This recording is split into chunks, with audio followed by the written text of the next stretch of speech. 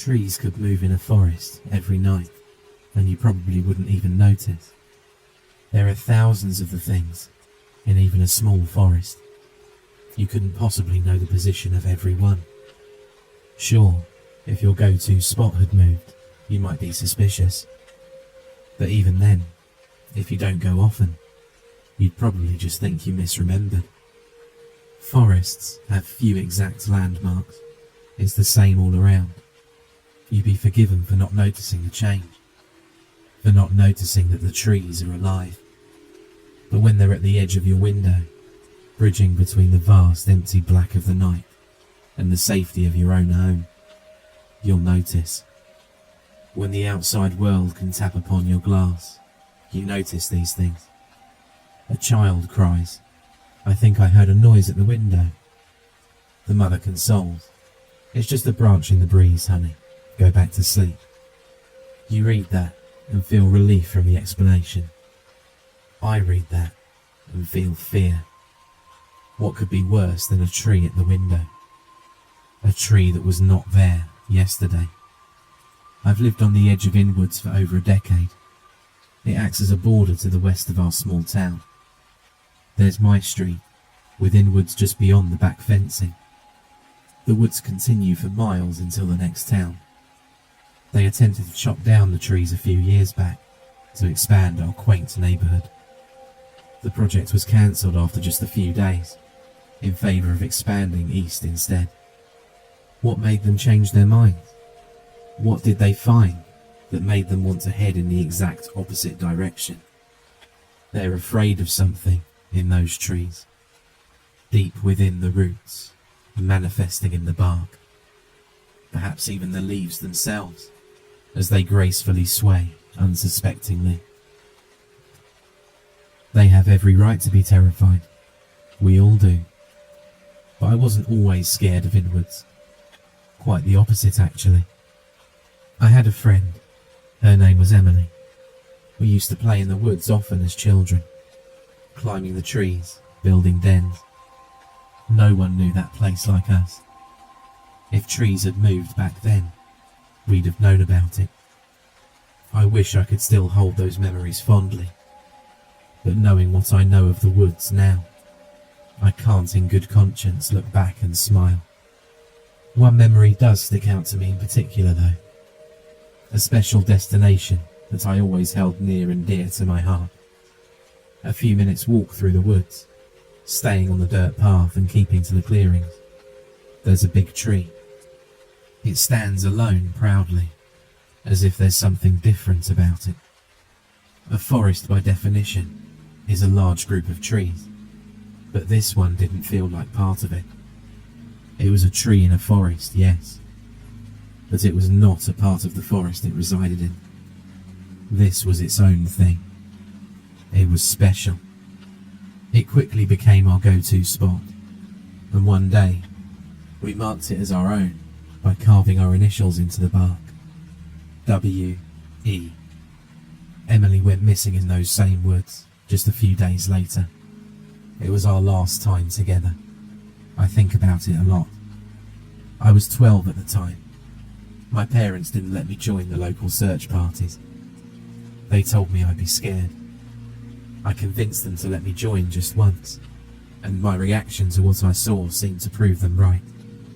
They thought it was a sign of my trauma, but it wasn't. It was the cause.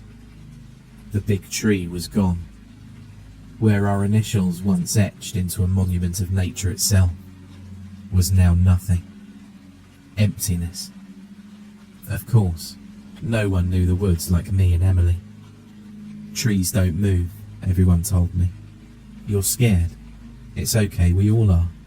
But trees don't move. It only took me 14 years to prove them wrong. The woods began their creeping a little over a month ago. I was getting ready for bed, yet as my glance fell over the window, I noticed a tree over the fence. One that was not there before. The first tree to take a midnight walk. At least, the first I'd noticed in over a decade. I found myself watching expectantly, but expectant of what I'm not sure. I thought maybe I could catch it moving, morphing in the moonlit nighttime air, as it just stood there, staring back at me. Make no mistake, this tree was staring. No eyes to see, but staring all the same. It felt like it wasn't a part of the forest. A tree in a forest that it does not belong to is a curious thought to some, but a feeling I'm used to. Every night when I went to bed, I would look out the window. More and more trees from the forest seemed to inch closer to my property. Each time, they stopped feeling like a part of the woods. Their membership to that club ends the moment they begin the move. They're their own collective once they do. I didn't tell anyone. I wasn't even sure what to say. People thought I was crazy for implying that trees move as a child. Imagine what they'd think if I said it now. But a fact not spoken is a fact all the same. There's a horrifying thing one learns about forests when they begin to shift. They make noise. I wish I could say it was simply a rustling or creaking as they reroute to their new location. That would be almost peaceful. They make noises that get burned into your brain. They screech, they roar, they groan in pain. Their loud whispers whimper through the air every night, reminding us that they're on the move. Their mournful lullaby does everything but help me sleep. They distill a fear in me that I haven't truly felt for 14 years. I knew this was connected to Emily's disappearance all that time ago. I'm not the only one that hears the noises, although I'm the only one who truly listens to their meaning. Many of my neighbours have put their houses up for sale already, because they can't stand the nightly symphony of nature. That's what they call it, nature. Nothing about this is natural. I knew the trees were specifically targeting me after just a week. No one else had trees at their window, except me. Once at my home, at the edge of what I call my own, they stopped getting closer. They moved every night, continuing their echoes, but they did not break through my walls to reach me. The gentle tapping of branches upon my window had an eerie rhythm to them, as if someone was knocking, asking to be let in. I could almost feel their roots below the ground, beating like veins in flesh. It only took 2 nights of that before I decided to chop the branches.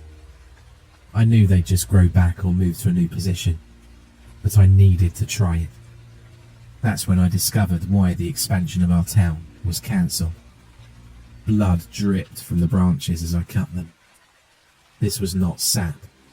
This was red, oozing blood. It smelt metallic, and groans could be heard from deep within the forest with every chop of my tools. I had become the conductor of this symphony. For every chop, a loud, horrific screech echoed through the woods. It only took 5 before I couldn't continue.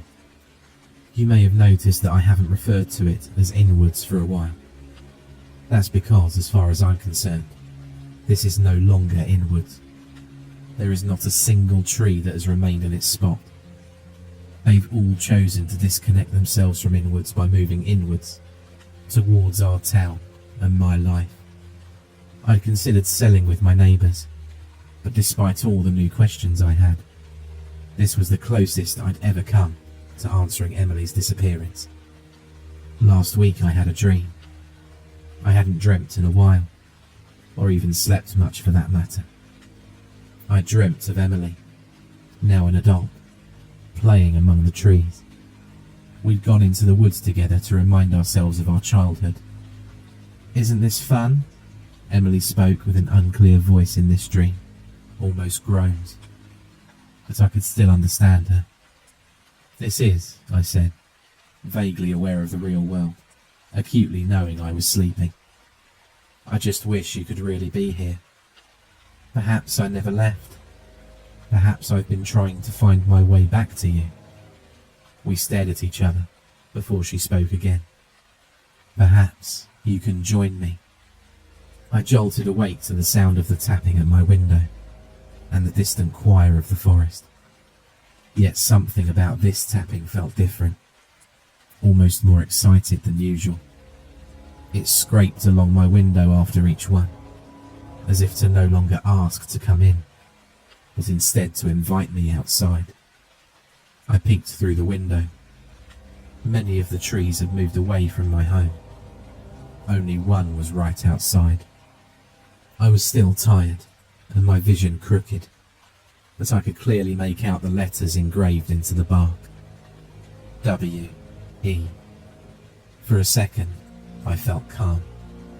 I felt the fear of the past 14 years drift away. "Emily?" I spoke aloud. The forest responded with whispers that felt more gentle this time. I made my way downstairs and out the back of the house. I walked right up to the big tree and placed my hand over our initials. For a moment, there was peace. The groans stopped, as did the tapping of the window. I felt a pressure tightening in my hand, at the surface of my palm and fingertips. A creaking sound came not from the forest, but from this very spot on the big tree. It was growing around my hand. It wanted me to join it. It wanted me to become a part of the woods, my veins tangling with the roots, my thoughts tangling with the leaves. I pulled away, bits of skin tearing from the outer layers of my hand. The pain I felt was shared. The creaking returned from the forest, louder than I'd ever heard it. The forest is not Emily. Emily would not put me in a position like that. She would not ask me to give up my life to become something I am not. I believe the woods have tangled with Emily's memories. That which she was fond of is now what the trees are fond of. Pieces of her mind scattered across inwards the day she vanished. But her soul is not there. A collective network of trees have been given the gift of thought, and it's utterly terrifying.